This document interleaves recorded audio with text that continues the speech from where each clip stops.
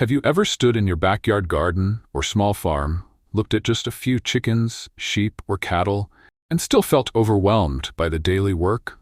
The feeding, the watering, the repairs, the weather changes, and all those little surprises that nature throws at you when you least expect them? Now imagine taking one calm cow in a small green paddock and multiplying that by 100, then by 1,000, then by 100,000. At that point, you are no longer talking about simple farm chores. You are looking at a whole living system of land, water, feed, workers, weather, markets, and management decisions happening every single day.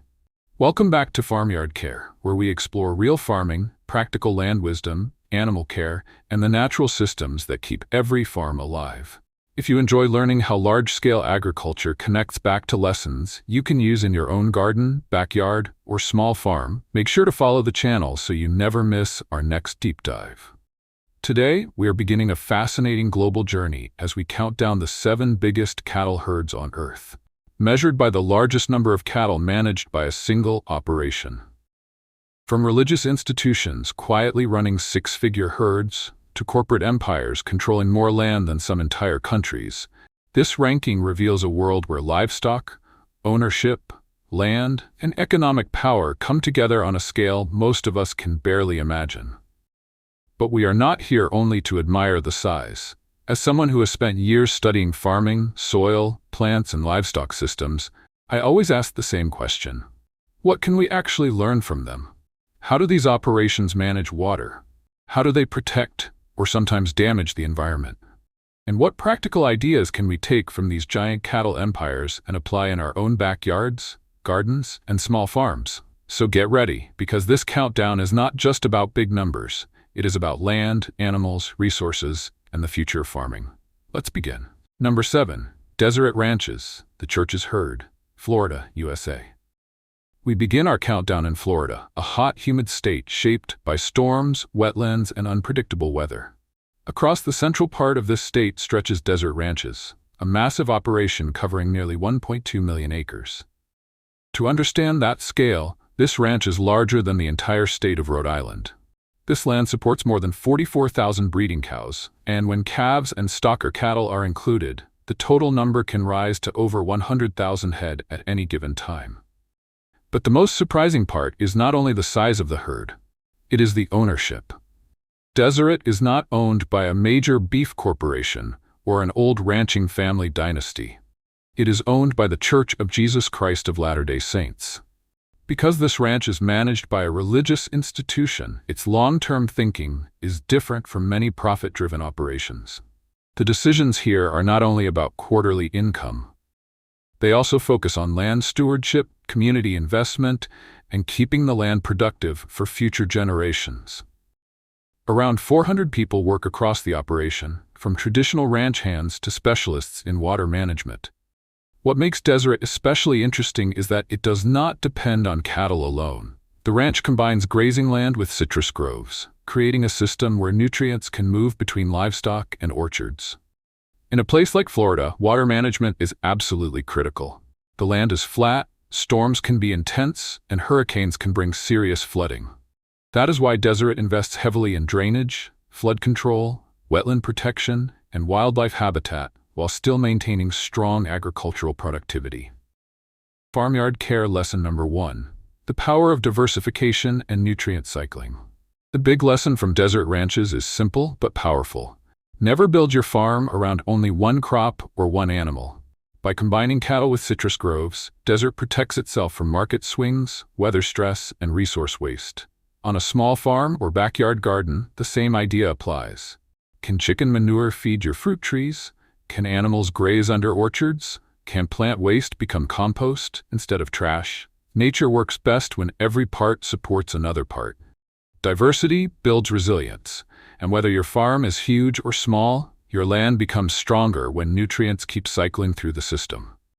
Number 6. King Ranch, the genetic marvel, Texas, USA. Moving west into the heart of South Texas, we arrive at a wide, sun-baked landscape of brushland, heat, and hard ranching history. This is King Ranch, one of the most legendary names in American agriculture. Founded in 1853 by steamboat captain Richard King, The operation covers about 825,000 acres. Today, its herd stands at around 100,000 head of cattle, making it the largest family-owned cattle operation in the United States. The ownership still remains connected to the King family through a corporation made up of hundreds of descendants. That creates an interesting blend of old family legacy and modern business discipline. It is not just a ranch built on tradition. It is a ranch that has survived because it learned how to organize, adapt, and manage at scale. But the reason King Ranch truly earns its place on this list is its major contribution to cattle genetics. South Texas can be extremely harsh. The heat is intense, the land can be dry, and many traditional European cattle struggled in those conditions. Instead of fighting the environment, King Ranch chose a smarter path. In the early 1900s, they crossed hardy Brahman bulls from India with British shorthorn cows. The result was the Santa Gertrudis breed, a deep red, heat-tolerant, strong, and resilient beef animal. This breed became the first beef breed officially recognized by the U.S. Department of Agriculture in 1940.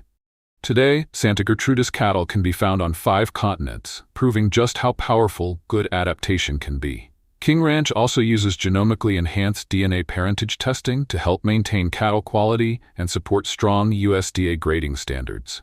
Farmyard Care Lesson Number 2. Breed for your environment. The lesson from King Ranch is one every farmer, gardener, and homesteader should remember. Do not force nature to fit your plans. Build your plans around nature. King Ranch did not try to make fragile cattle survive in brutal Texas heat. They developed cattle that could thrive there. The same principle applies in your own backyard or small farm. If your climate is hot and dry, do not depend on plants or animals that need cool, damp conditions. If your soil drains quickly, choose varieties that can handle it. If your summers are extreme, select breeds, seeds, and crops that are naturally suited to that stress. Resilience is not luck. It begins with choosing the right life for the right land. Number 5. Estancia Las Lilas, the grass-fed exporters, Argentina. Let's travel south to the famous Pampas of Argentina, one of the most respected grassland regions in the world. Here, Estancia Las Lilas stands as a major force in modern cattle ranching. Covering about 300,000 hectares, nearly the size of Luxembourg, this family corporate operation manages an impressive herd of around 150,000 head. Argentina has long been known for premium beef, and this operation sits at the center of that reputation. But this is not only a romantic story of cowboys, open skies, and cattle grazing across green plains. It is also a story of careful management, strict standards, and high-value global trade. The business is built around grass-fed beef for export, with a strong focus on markets such as the European Union. To reach these demanding markets, every animal must be tracked from birth all the way to shipment. Traceability is not optional, it is a requirement. Ranch tags, transport documents, and strict health certificates help prove where the animal came from, how it was raised, and whether the meat meets export standards for safety and quality. Unlike operations that depend heavily on feedlots, Estancia Las Lilas focuses on the natural strength of the Pampas. The rich soil and productive grasslands are treated as the foundation of the entire system. Through careful rotational grazing and pasture management, they keep cattle moving, allow grass to recover, and protect the long-term health of the land. Farmyard Care Lesson Number 3. Quality control and rotational grazing. The lesson here is one of the most important lessons in livestock care. Great animals begin with great soil. Argentina's grass-fed beef reputation is not built only on the cattle. It is built on the land that feeds them. Rotational grazing helps prevent overgrazing by giving each section of pasture time to rest and regrow. For a small farmer, gardener, or homesteader, this same idea can make a huge difference. Even if you only have a few sheep, goats, chickens, or cattle, moving them between areas allows the grass to recover, roots to grow deeper, and soil life to stay active. Better soil creates better pasture. Better pasture creates healthier animals. So the real question is simple. Are you letting your land rest enough to keep feeding you in the future? Number 4. Davenport Downs Station, the Outback Survivors, Queensland, Australia. Brace yourself, because the scale of our next stop is almost hard to picture. Welcome to Davenport Downs Station in Western Queensland, Australia. This single property stretches across about 14,000 square kilometers. That means one cattle station is larger than the entire nation of Qatar. Owned by the Consolidated Pastoral Company, Davenport Downs carries nearly 300,000 head of cattle across one vast, connected station. Managing land this large is nothing like managing a normal farm. You cannot simply ride from one fence line to another and expect to cover the property in a day. Here, the work often has to move into the sky. Helicopter mustering is a key part of daily operations, with skilled pilots flying low over the scrub to guide cattle toward yards and handling areas. But what makes this place truly challenging is the environment. The Australian outback does not forgive poor planning. Rainfall can be wildly unpredictable, and in summer, temperatures often rise above 40 degrees Celsius, or 104 degrees Fahrenheit. Native grasses grow slowly, so the cattle must be spread across huge distances. The stocking rate averages only about 20 head per square kilometer. In country like this, water is not just important, water is survival. Davenport Downs depends on a carefully maintained network of bores, dams, tanks, and water points to keep cattle alive across the station. The people working there must be just as tough as the land itself. Station hands and mechanics often live in remote camps, and during the wet season, floods can cut them off completely. Farmyard Care Lesson Number 4. Respect the carrying capacity of your land. Davenport Downs teaches one of the most honest lessons in farming. Land has limits. You cannot force soil, grass, and water to support more animals than they are capable of carrying. This station keeps cattle spread thin because the ecosystem is fragile, and pushing it too hard would damage the very land the herd depends on. The same rule applies to a backyard, garden, or small farm. Overstocking is one of the fastest ways to invite disease, destroy pasture, compact soil, and run out of feed or water. Always leave a buffer. Give your land time to recover. Ask yourself carefully, is your land supporting your animals, or are your animals slowly wearing your land down? Number 3. Fazenda Tucumã, the controversial frontier. Brazil. We now enter the top 3, and this is where the story becomes much more controversial. Deep in Brazil's Mato Piba region, where the Cerrado savanna reaches toward the edge of the mighty Amazon rainforest, lies Fazenda Tucumã. This single ranch reportedly stretches across millions of acres and is home to more than 300,000 head of Nilor cattle. But unlike the wide, low-density grazing systems of the Australian outback, Fazenda Tucumã is known for carrying cattle at some of the highest grazing densities found in the tropics. Brazil has recently overtaken the United States as the world's top beef producer, exporting around $17 billion worth of beef in 2025.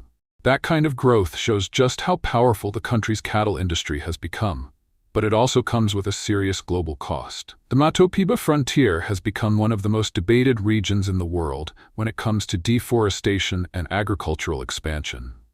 Satellite alerts have repeatedly flagged areas around Fazenda Tucumã for rapid pasture expansion, with thousands of hectares of native forest cleared. Environmental agencies have also issued millions in fines against large ranches across the region for illegal clearing. Yet the pressure to expand continues because cattle bring money, jobs, and economic activity into remote areas. That's what makes this ranch such a difficult case. On one side, it supports local economies and provides hundreds of jobs. On the other side, expansion can increase carbon emissions, reduce biodiversity, damage natural habitats, and push agriculture deeper toward the Amazon. Farmyard Care Lesson Number 5. The True Cost of Growth. Fazenda Tucumã forces us to ask a hard question.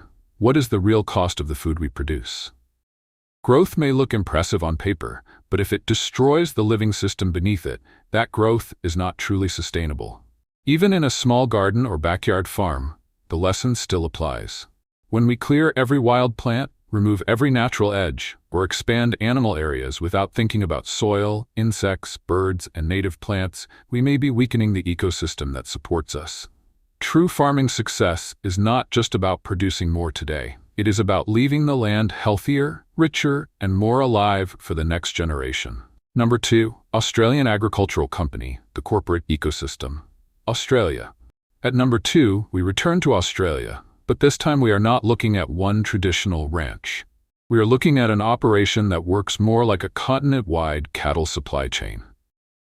The Australian Agricultural Company, often called AACO, manages an enormous herd of between 430,000 and 455,000 head of cattle. Its land holdings stretch across more than 6.4 million hectares, an area larger than the entire country of Croatia. Across that landscape, AACO operates 14 different stations and feedlots. This is not a private ranch hidden away from public view. AACO is a publicly listed company on the Australian Stock Exchange, which means its cattle numbers, land decisions, water use, and business performance are watched closely by shareholders, regulators, and the market. What makes AACO especially impressive is the way it manages cattle as part of a flexible ecosystem. Instead of keeping the whole herd in one place, the company moves cattle across different properties depending on rainfall, pasture growth, seasonal conditions, and market demand. Some cattle may be bred in the tropical north, grown out in other regions, and finished in feedlots closer to processing or export channels. This kind of movement helps protect the business from major local disasters. If drought hits one region, another property may still have grass. If fire damages one area, cattle can be shifted elsewhere. AACO is also working toward sustainability goals through carbon credit programs, emission reduction efforts, and soil health improvement. Farmyard Care Lesson 6: Flexibility and Risk Mitigation. The lesson from AACO is clear. A resilient farm is a flexible farm. This company survives because it does not depend on one paddock, one climate pattern, or one narrow plan. When one pasture fails, they have another option. For a backyard gardener, homesteader, or small farmer, flexibility is just as important. If pests destroy your tomatoes, do you have another crop producing food? If a heat wave dries your main water source, do you have stored rainwater or a backup plan? If one part of your garden fails, can another part keep you going? Good farming is not only about growing well when conditions are perfect. It is about building safety nets before problems arrive. So one bad season, one pest outbreak, or one weather disaster does not wipe out your whole system. Number 1. Five Rivers Cattle Feeding, the industrial giant, USA. And now we arrive at the undisputed giant of the cattle world. When we look at the highest verified peak number of cattle managed by one single operation, the top position belongs to the United States. Welcome to Five Rivers Cattle Feeding, an enormous operation owned by the global meatpacking company, JBS. This system can hold an astonishing 865,000 cattle, a number so large that it is difficult to fully imagine. But this is not the kind of ranch many people picture when they think of cattle. It is not endless open pasture, quiet grazing, and old-style cowboy life. Five Rivers is a highly organized, industrial-scale network of 13 massive feedlots spread across states including Colorado, Texas, Nebraska, and Idaho. This operation works at a level of scale that most farms will never come close to. It represents vertical integration at its most powerful. Cattle are brought in from pasture systems and moved into high-density pens, where they receive carefully designed grain-based diets to gain weight quickly and efficiently. Every day, huge feed trucks deliver precisely calculated rations. Nutritionists and veterinarians monitor animal health, weight gain, feed efficiency, and performance. A single feedlot can hold more than 100,000 head of cattle at one time. Because JBS controls both the feedlot system and slaughterhouse connections, the supply chain becomes extremely tight, moving cattle from feed trough to dinner plate with maximum speed and control. But this level of efficiency also creates serious challenges. Housing nearly 1 million animals in feedlots means dealing with huge volumes of manure, heavy water demands, and concentrated greenhouse gas emissions. These issues face strong public and environmental scrutiny. Even with investments in methane capture and water recycling, the debate over whether this industrial model can truly be sustainable continues. Farmyard Care Lesson 7: The Double-Edged Sword of Efficiency. Five Rivers teaches us that efficiency can be powerful, but it always comes with responsibility. Data, precision feeding, and waste reduction can improve production, but when nature is pushed to an extreme industrial scale, problems like manure buildup, disease risk, water use, and animal welfare become much harder to manage. Whether you care for 10 chickens, a few goats, or a large cattle herd, the principle is the same. Efficiency should never come at the cost of cleanliness, animal comfort, and responsible waste management. A productive farm is not only one that grows fast, it is one that stays healthy, balanced, and manageable over time. The future of farming, AI, and sustainability. So where does cattle farming go from here? As the global population continues to grow, demand for beef and dairy is projected to double by 2050. That leaves farmers, scientists, and consumers with one urgent question: how do we produce enough food without destroying the land, the water, and the climate systems that make farming possible in the first place? One part of the answer may come from new technology. Have you heard of the cowgorithm? A startup called Halter, backed by Silicon Valley billionaires, has developed AI-powered solar collars for cattle. These collars can create virtual fences without using traditional wire. When a cow moves too far, the collar plays a sound, training the animal to turn back. That means no physical fence lines, no constant chasing, and far less labor in certain systems. Farmers can move entire herds from a smartphone app and use extremely precise rotational grazing to give pastures the rest they need. Done correctly, this kind of technology could help rebuild soil, improve grass recovery, and make grazing more efficient without putting extra pressure on the land. And then there is methane. One of the biggest environmental challenges connected to cattle. Cows naturally release methane as part of digestion, and that gas has a powerful effect on the atmosphere. Scientists at UC Davis and Colorado State University are working on major breakthroughs in this area. By adding a very small amount of red ocean algae or seaweed to a cow's diet, researchers have found that methane emissions can be reduced by up to 98%. The truth is, the global cattle industry is shocking, messy, and deeply complex. From the sacred and culturally protected herds of India, to robotic megadairies in China, to the vast outback stations of Australia, cattle are far more than farm animals. They are moving economies. They shape landscapes, influence water use, affect the atmosphere, and play a major role in the future of food. But what do you think? Is the highly efficient feedlot model of the United States the only realistic way to feed the world? Or should more farmers look toward grass-fed, soil-focused systems like those found in Argentina and Australia? And would you ever use an AI smart collar on animals in your own farm or homestead? Let me know your thoughts in the comments below. I read every single one. If you enjoyed this deep dive into the surprising world of mega farms, make sure to hit the like button, subscribe to Farmyard Care, and ring the notification bell so you never miss the next episode. Until next time, keep your hands in the dirt, keep learning, and take good care of your farmyard.